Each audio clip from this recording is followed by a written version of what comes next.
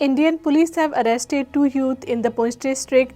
The arrest took place during a cordon and search operation in the district.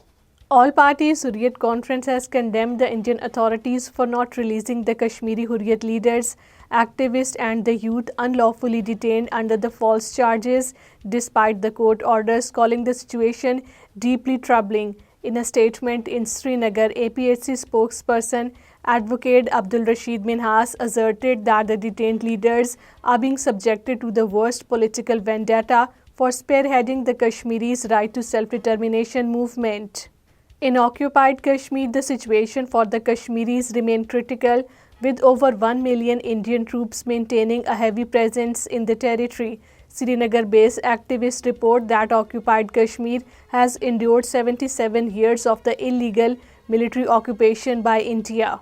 Indefinite hunger strike led by the Ladakhi climate activist Sonam Wangchuk and his supporters at the Ladakh Bhavan in New Delhi has reached its 14th day today. Wangchuk and his group have been protesting since October 6, advocating for the rights of the people in the Ladakh region. One of the 12 injured Indian paramilitary personnel has died from his injuries at a hospital in the Srinagar this morning.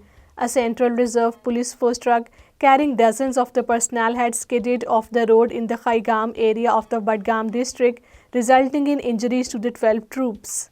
A mild earthquake was felt in the Doda town and the adjoining areas this morning. The tremor lasted only a few seconds and fortunately resulted in no reported loss of life or damage to property.